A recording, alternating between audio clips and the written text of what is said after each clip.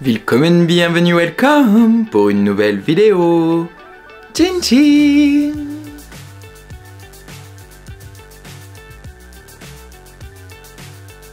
On se retrouve aujourd'hui pour un petit point lecture. J'ai lu une vingtaine de livres au mois d'avril et aujourd'hui je vais vous en parler de 12 car certaines lectures feront l'objet d'autres vidéos. Et je crois que sur ces 12 lectures, j'en suis même presque sûr, vu la liste, il n'y a que des bonnes, voire des très bonnes lectures. J'ai vraiment pris un immense pied au mois d'avril du coup, avec les lectures que je faisais. Ce qui m'a permis de lire énormément, je crois que c'est le mois où j'ai le plus lu depuis début 2025. Pour la bonne raison que dès que je lis un livre qui me plaît et que je suis bien dedans, j'ai tout de suite envie de continuer, de lire autre chose et machin. Et du coup je suis dans une espèce de spirale vertueuse, cercle vertueux, qui fait que j'ai enchaîné plein de lectures et à chaque fois elles étaient de plus en plus bonnes. On va commencer avec peut-être celle qui m'a le moins marqué mais qui reste tout à fait bonne, et elle m'a moins marqué aussi parce que je l'ai lu il y a un mois maintenant.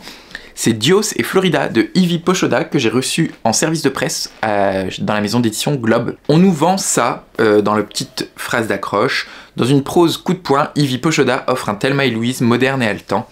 Dios et Florida met en scène la rencontre fracassante entre deux femmes issues de milieux que tout oppose, et pourtant liées par une colère profonde, une violence que la société leur refuse. Le roman, je crois qu'il s'ouvre directement en prison. Oui, c'est ça.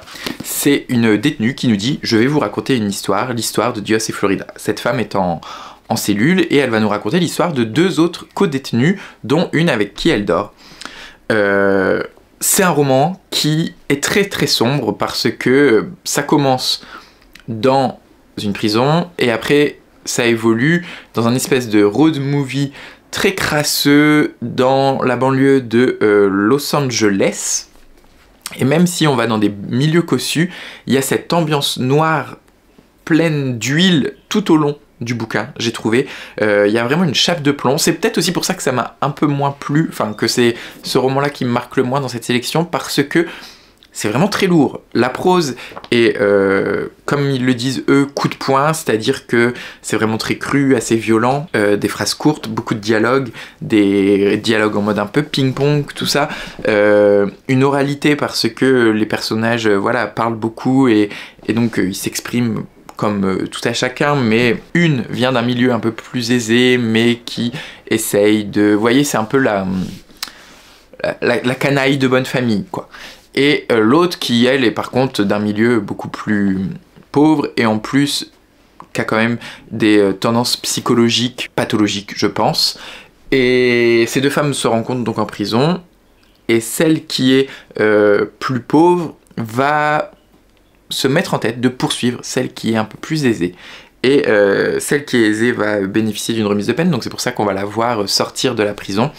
Et elles vont se poursuivre l'une l'autre à travers les zones un peu désaffectées américaines. Vraiment un roman très pesant, pas déplaisant, mais il faut avoir un peu le cœur accroché, faut pas s'attendre à une histoire d'amour en fait, hein. Quand on nous parle de Thelma et Louise, c'est pas forcément une histoire d'amour lesbienne, il y a quand même beaucoup de notions de saphisme, de relations lesbiennes, d'autant plus qu'on est dans une prison pour femmes où certaines sont lesbiennes.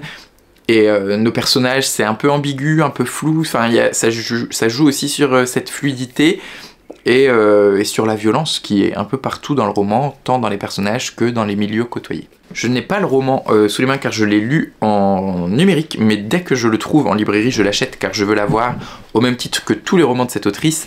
J'ai lu Une fièvre impossible à négocier de Lola Lafont, publié chez Babel. On va parler de Babel parce que c'est en poche. Une fièvre impossible à négocier, c'est le premier roman de Lola Lafont qui a été édité il y a une vingtaine d'années par Frédéric Becbédé, chez Flammarion je crois, et par la suite Lola Lafont est partie, je sais plus c'est à partir de quel roman, mais Chaviré c'était chez Actes Sud, je pense que La petite communiste qui ne souriait jamais c'était également chez Actes Sud, elle est vite passée du coup chez Actes Sud et elle a quitté Flammarion, et donc l'édition de Becbédé. Ce qui, à mon avis, est très judicieux, vu en plus comment le mec vieillit et l'a tapé sur le dernier roman, enfin sur le dernier texte publié par Lola Lafont. Une fièvre impossible à négocier, c'est un roman donc qui a une vingtaine d'années, je pense qu'elle était assez jeune, Lola Lafont quand elle a écrit, enfin assez jeune, elle avait mon âge, donc elle était jeune, je pense qu'elle avait une trentaine d'années déjà. Et c'est un roman qui est largement autobiographique, où une jeune femme va s'engager dans les milieux d'extrême gauche, les milieux militants, engagés, de gauche, un peu semblable à ce qu'on appelle désormais les Black Blocs, les militants qui n'hésitent pas à avoir recours à la violence, qui vivent dans des squats à Paris, et c'est l'expérience qu'a vécue Lola Lafont dans sa jeunesse. Elle a participé à ces milieux très politiquement engagés et un peu violents, et elle a côtoyé ces squats. Et alors ça c'est une partie de l'histoire, parce qu'elle intègre un groupe qui s'appelle les Étoiles Noires Express, et voilà. Mais il y a le cœur du roman, pour moi, c'est pas ça, et on nous le vend un peu. Il y a même cette image d'un jeune homme sur la couverture qui lance un projectile. Enfin, c'est un peu la couverture, le vernis, mais c'est juste. C'est une histoire très importante, très bien écrite, très bien menée, des violences sexuelles et sexistes, et notamment du viol. Lola Lafont va raconter l'expérience qu'elle a eue, traumatisante évidemment, d'un viol qu'elle a subi, et les années qui suivent, ou enfin en tout cas les mois et années qui suivent directement ce viol. C'était quand même assez dur à lire, mais je trouve que elle arrive avec ses mots. Enfin moi je suis absolument fan et je veux tout lire de Lola Lafont. Là j'ai acheté un de ses premiers romans également, En cela je me console. Et il me restera à lire Nous sommes les oiseaux de la tempête qui s'annonce. Elle a toujours des titres un peu à rallonge, mais voilà, je crois qu'il me reste plus que 2 romans à lire d'elle, et je serais très déçu d'ailleurs, très triste, parce que j'adore tellement la façon qu'elle a de raconter les choses. Il y a une douceur, et en cela, c'est pareil, quand tu l'entends parler, j'ai écouté le podcast Bookmaker, je vous mets le lien juste ici. Bookmaker, c'est 3 épisodes d'1 heure avec Richard Guettet qui interviewe un auteur ou une autrice sur l'écriture de ses livres, etc., l'édition et tout. Et donc, dans ce podcast où on l'entend parler pendant 3 heures, on a vraiment l'occasion de voir une partie d'elle-même, et enfin, en 3 heures, on peut pas mentir. C'est dur de mentir sur un entretien de 3 heures ou de jouer un rôle. Et donc, on voit que la douceur qu'elle incarne et qu'elle a dans sa voix est égale à la colère qu'elle arrive à mettre et à la rage qu'elle insuffle dans ses romans et dans ses histoires. Là, c'est pas vraiment une histoire vu que c'est quand même autobiographique, mais dans ce qu'elle raconte, dans ce qu'elle a raconté. Et c'est ce que j'ai adoré avec cette fièvre impossible à négocier, c'est vraiment cette ambivalence entre d'un côté la violence sexiste des groupes d'extrême gauche, mais pas la violence physique que ces groupes font, mais cette violence qu'ils combattent, cette violence du système, cette violence politique, cette violence économique, et de l'autre côté, la douceur et la tendreté de l'écriture, c'est toujours hyper poétique. Franchement, j'ai adoré ce livre, je sais pas si j'arrive pas à dire, je crois que je mets 5 étoiles à chaque fois que je lis un roman de Lola Lafont, tellement j'aime cette femme et ses bouquins et ses histoires, mais j'ai adoré La petite communiste qui souriait jamais, mais celui-là, je pense qu'il l'a dépassé, d'autant plus que c'est un premier roman. Je me dis, mais comment... Bah, j'ai pas lu... En fait, ça c'est son premier roman, j'ai pas lu le 2e et le 3e, et j'ai lu tous les suivants, les derniers qu'elle a écrits en date, après La petite communiste. Et je me dis, comment avec un premier roman aussi fort, elle a réussi à perdurer, à avoir une longévité dans le monde éditorial, parce que c'est dur, à mon avis, de se relever d'un texte aussi beau et aussi fort. Donc bref, je ne peux que vous enjoindre de lire Une fièvre impossible à négocier si vous ne l'avez pas lu avec nous, car c'était notre lecture commune. C'était vraiment très très bien. J'ai lu un tout petit, et quand je dis tout petit, c'est parce que même en taille, il est vraiment petit. Bon, là c'est un grand format, mais c'est plus petit qu'un poche. Je pense qu'il existe dans d'autres éditions. C'est Le Terrier de Kafka, qui est donc une nouvelle, car c'est aussi très petit en termes de pages, ça fait 70 pages. Si ça vous intéresse d'entendre, si vous aimez bien les livres audio, je vous mets un lien juste ici. Cette nouvelle est disponible sur la page YouTube du compte France Culture. C'est lu par Denis Lavant, il me semble, qui est un comédien. Et donc le texte fait à peu près 1 heure ou 1h30, je crois, à l'oral en lecture. Voilà. Donc, moi je l'ai écouté d'ailleurs, et je l'ai acheté par la suite parce que pour un projet personnel je travaille un peu dessus. Voilà, donc je l'ai racheté parce que j'ai besoin de corner, de surligner, de souligner, mais je l'ai écouté. Donc moi j'ai vraiment eu la perception de ce texte par l'écoute audio du comédien, qui était excellente. Vraiment, j'ai trouvé que en termes d'intonation, etc., c'était génial. Le texte était hyper vivant.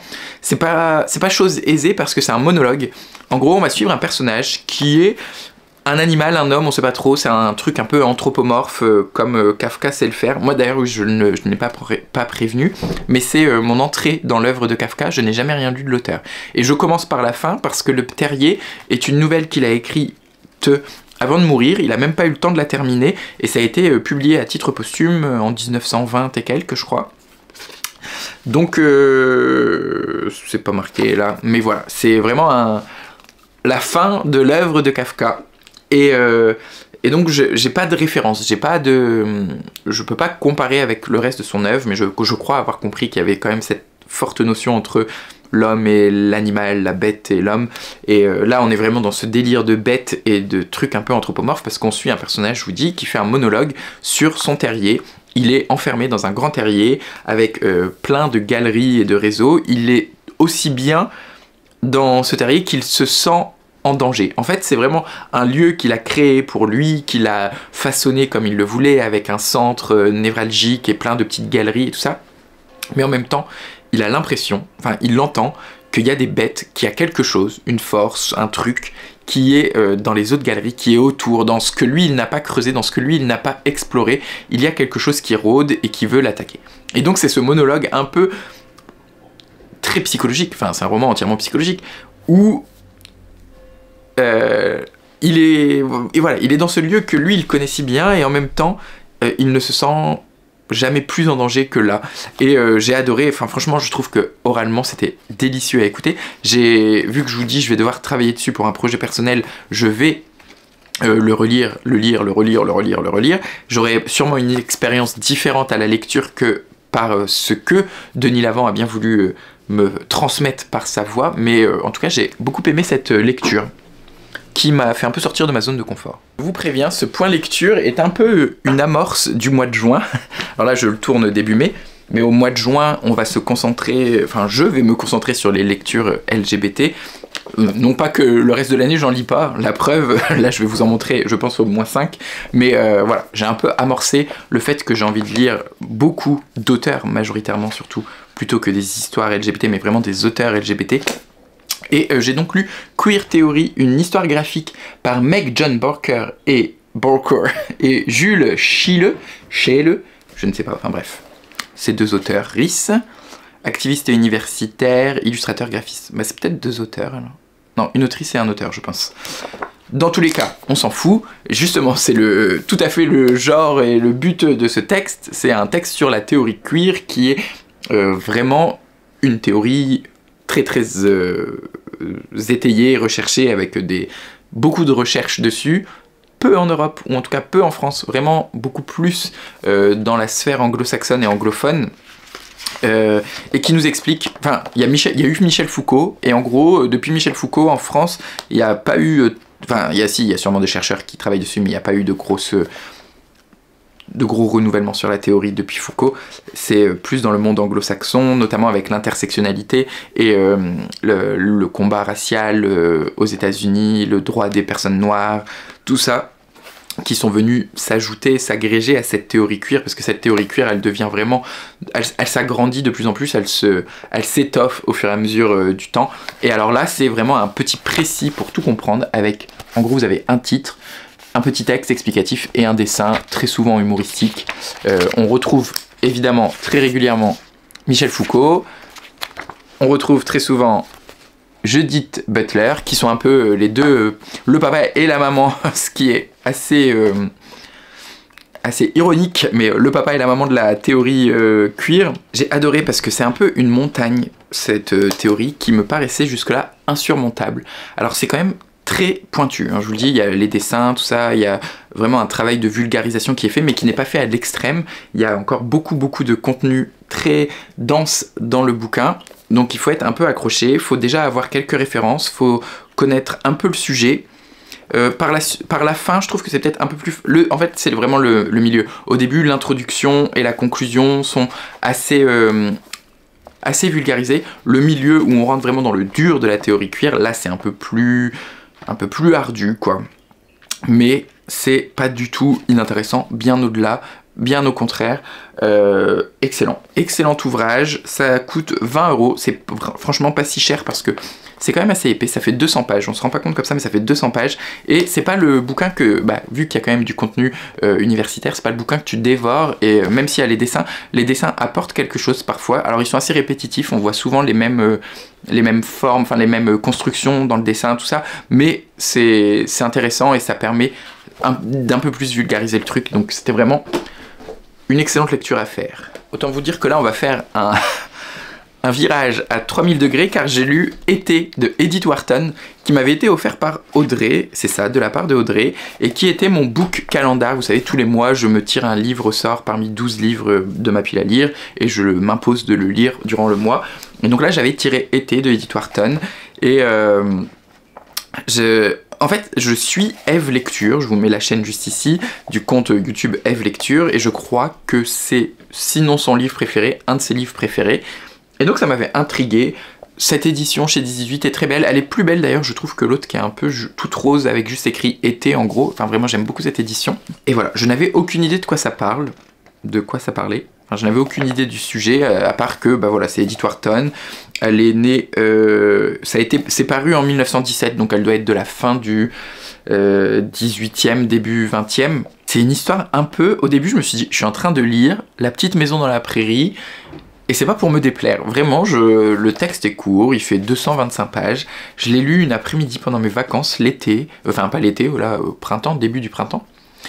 J'étais dans un parc, j'étais vachement bien, il y avait un petit sentiment de calme et de plénitude. On va suivre une jeune femme qui a été adoptée par un riche homme d'un village et qui habite avec lui, avec cette espèce de protecteur. Et comme elle a grandi, mais elle n'est pas très belle, elle n'a pas beaucoup d'amis, même voire pas du tout, elle est devenue bibliothécaire dans le petit village qui est en Nouvelle-Angleterre, donc aux États-Unis, dans une communauté puritaine, voilà. Et elle s'ennuie un peu quoi dans son métier de bibliothécaire. Et un jour, il y a un homme qui vient de la ville, qui est architecte, ou enfin travaille dans l'urbanisme. Elle ne le connaît pas, et elle va tomber amoureuse de cet homme. Et c'est une romance, mais qui n'est pas cucu. Alors évidemment, hein, si vous attendez à des scènes de sexe ou quoi que ce soit, on peut dire que c'est du slow burn avec le langage actuel. C'est vraiment, je crois qu'il y a à peine un bisou. Ah non, il y a peut-être une petite partie de jambes en l'air. En tout cas, c'est pas du tout graphique.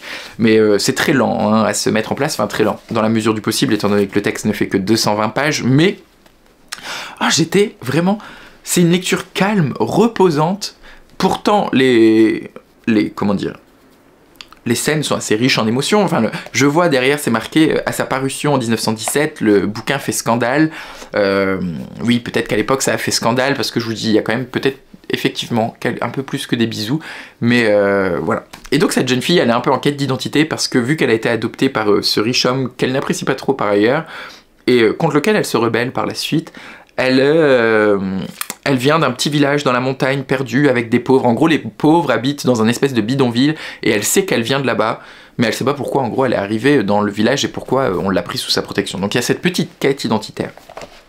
Et une fin qui est très étonnante, à laquelle je ne m'attendais pas du tout. Oui, c'est ça aussi qui m'a beaucoup plu, c'est que j'ai été un peu estomaqué par la fin du bouquin. Et c'est pas déplaisant quand on pense savoir où l'on va, alors qu'en fait, pas vraiment. Je vous avais parlé à la rentrée du premier roman de cet auteur et j'ai lu donc le second qui vient d'être publié chez Christian Bourgois. Ça s'appelle La plus que lente par Jérôme Aumont. J'avais donc lu L'Empêchement, qui était une histoire d'amour adultérine entre un homme dans un mariage hétéro qui avait une relation extra-conjugale avec un autre homme. Et là, on va être dans la vie de Nicolas à travers 4 étés, donc il y a 4 chapitres. 4 étés de la vie de Nicolas. Ça commence en 1978 et ça se termine en 2020. Et l'épilogue se passe en 2020. Donc sur 40 ans de la vie d'un homme en fait, à travers 4 étés, 4 décennies, on va voir comment ce jeune homme évolue, donc à partir de son enfance, c'est 12 ans, jusqu'à 12 plus 40, 52 ans. On va voir comment il évolue. Évidemment, c'est une histoire, enfin évidemment, pas forcément, mais je vous le dis, c'est une histoire d'amour homosexuel, enfin c'est une histoire homosexuelle, le jeune homme, le personnage principal, Nicolas, est homosexuel, et ça m'a foudroyé. Vraiment, je ne m'attendais pas du tout à être aussi touché par ce livre, parce que... il y a une justesse dans les descriptions des époques. Vraiment, à chaque changement de décennie, par des petits détails, des petits riens qui sont décrits par une action que fait le personnage, on est directement plongé dans l'époque du narrateur, du coup, donc 70, 80, 90, 2000, 2020. Et c'est hyper riche par ces petits détails et par, bien évidemment, la trajectoire, le destin de cet homme. On va raconter sa découverte de son homosexualité à l'enfance, puis par la suite les relations qu'il développe avec d'autres hommes. Assez mélancolique, qui a vraiment un côté très gris, très plage. Pour moi, c'est un peu, en plus c'est présent dans le roman, mais c'est une plage de Normandie, un jour un peu nuageux, vous voyez. C'est doux, on s'y sent bien, mais il fait pas très beau, et il y a ce petit dommage, vous voyez. C'est exactement ça. Et je trouve que cette ambiance est présente du début à la fin du roman, et elle nous plonge, nous lecteurs, dans un spleen un peu agréable.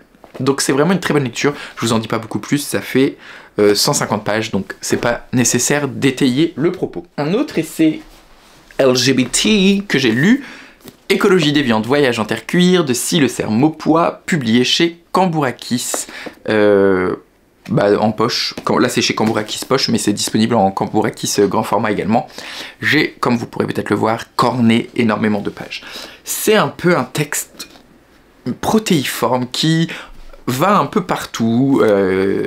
Silecer Maupois développe une théorie sur des analogies qui sont faites entre l'écologie et la défense des droits LGBT, la vie gay, etc.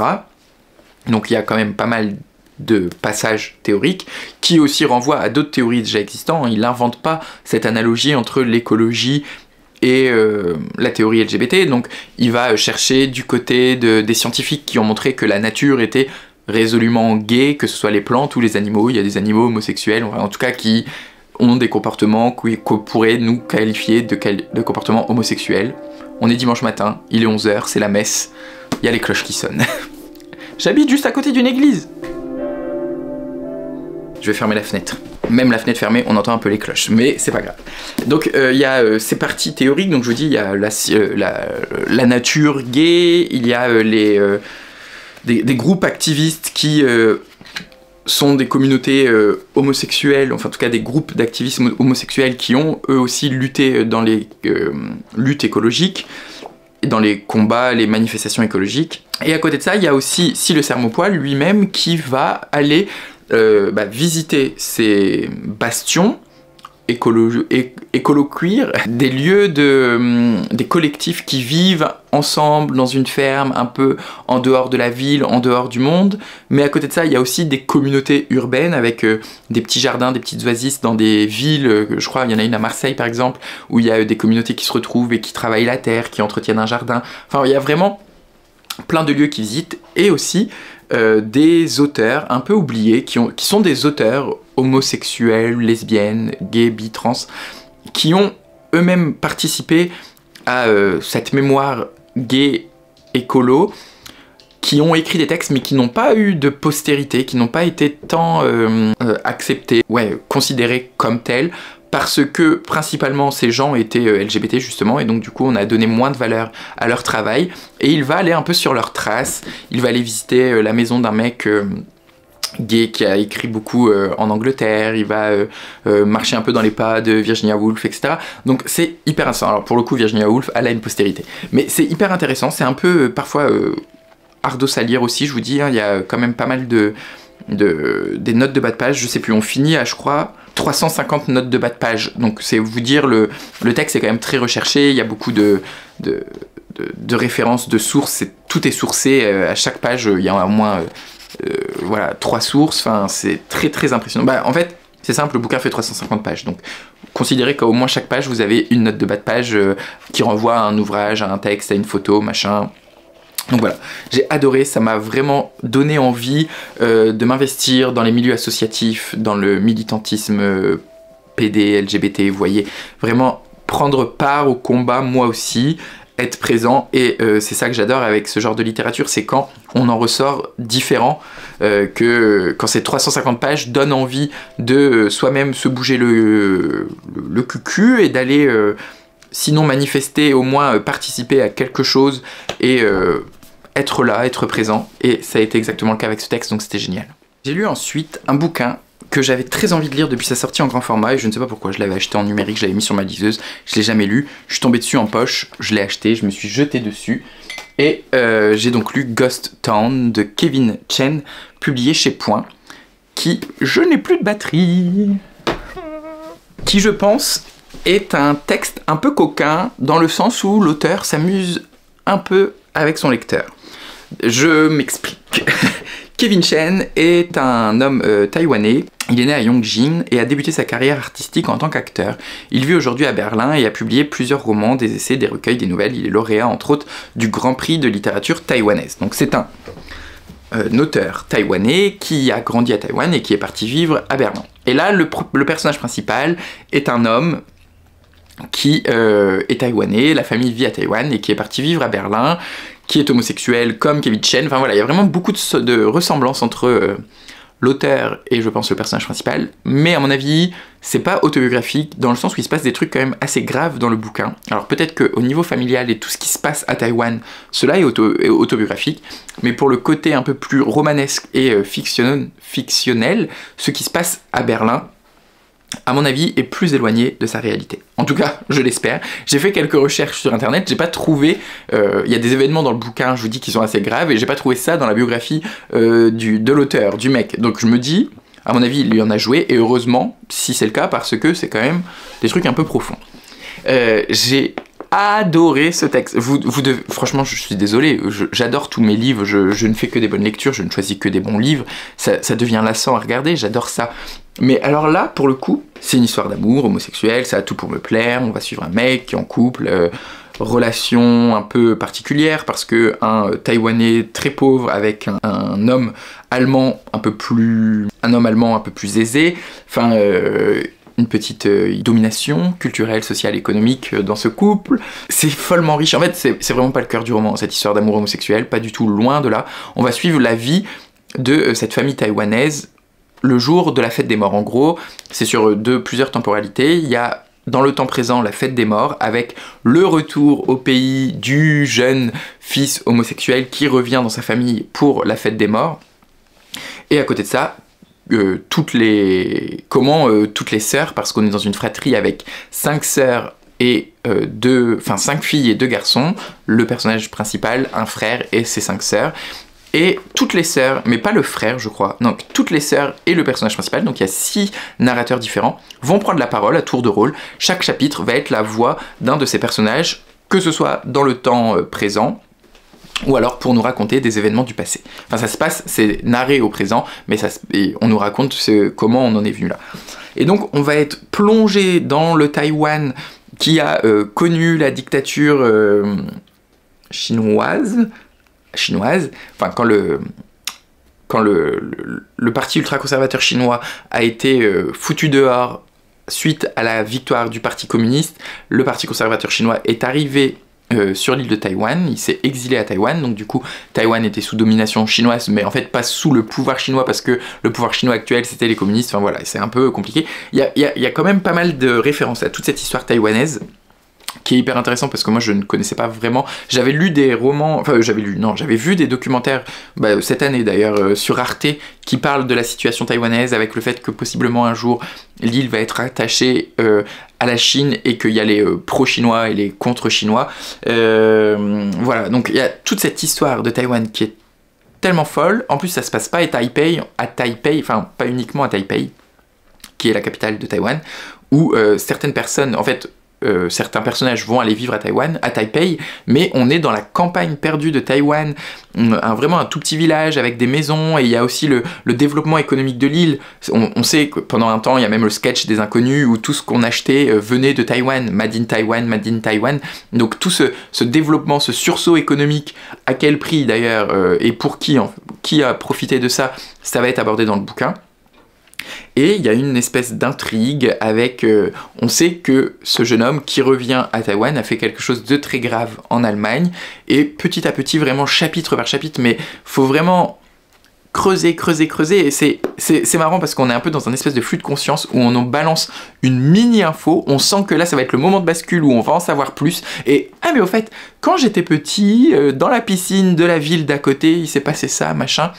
Donc voilà, on a aussi l'homophobie à Taïwan, et qui est d'ailleurs très intéressant parce que là on sait que à l'heure actuelle en Asie, Taïwan est un des pays les plus en avance sur les droits LGBT, et ça n'a pas du tout toujours été le cas parce qu'on voit qu'il y avait une très sévère homophobie, d'autant plus dans cette campagne reculée taïwanaise à l'époque de l'enfance de ce jeune homme. Il y a aussi le poids de la famille parce que les 5 sœurs sont les 5 aînées, donc pour le père et la mère c'était vraiment un déchirement de ne pas réussir à faire d'enfants. Donc quand ils arrivent enfin à faire 2 garçons, ils sont très contents, sauf que manque de peau sur les 2 garçons, il y en a un qui est homosexuel. Donc pareil, qu'est-ce que ça va dire de nous, le qu'en dira-t-on, les on-dit, le poids du regard des autres.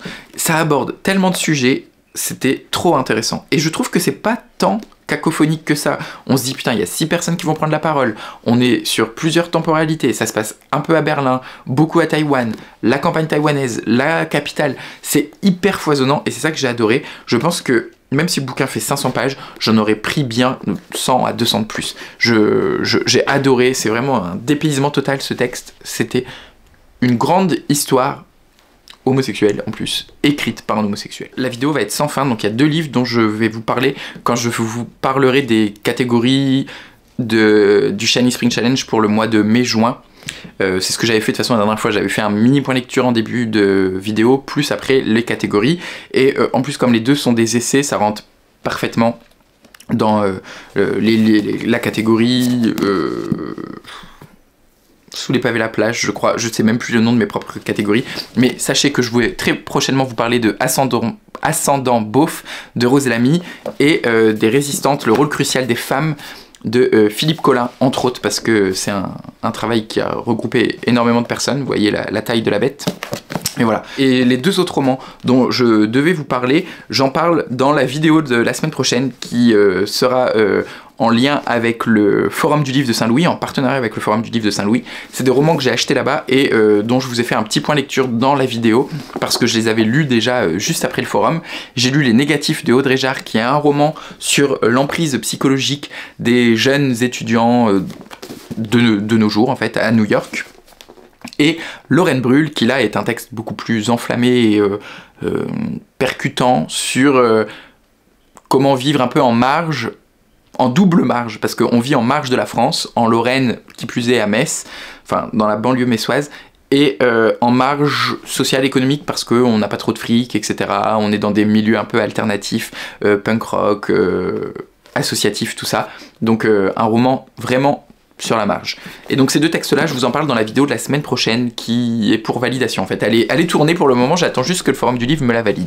Parce que, comme je vous dis, c'est une vidéo qui est en partenariat rémunéré, donc je ne suis pas le seul décideur. Voilà, j'espère que ce point lecture vous aura plu. J'ai préféré abréger parce que sinon la vidéo va faire, je vous dis, 50 minutes et je sens que moi-même, mes capacités de concentration ne sont plus au maximum. Donc voilà, d'excellentes lectures, j'espère que vous avoir donné envie. Je vais essayer moi de vous dire, si vous devez n'en lire qu'une dans tout cela, je vous recommande grandement Ghost Town de Kevin Chen. C'est vraiment un très beau coup de cœur et je pense que c'est ma lecture de fiction un peu gay préférée depuis très longtemps. Enfin, j'avais adoré Bravour l'année dernière, et je crois que depuis Bravour, j'avais pas connu un niveau de kiff pareil en lecture parce qu'il y a vraiment une histoire, on est embarqué dedans, on comprend les personnages, on arrive à voir qui est qui et c'est vraiment hyper intéressant. Voilà, donc si la vidéo t'a plu, n'hésite pas évidemment à la liker, la faire voyager, la partager, la commenter comme toujours. Et moi je te souhaite d'excellentes lectures, d'excellentes découvertes et d'être heureux.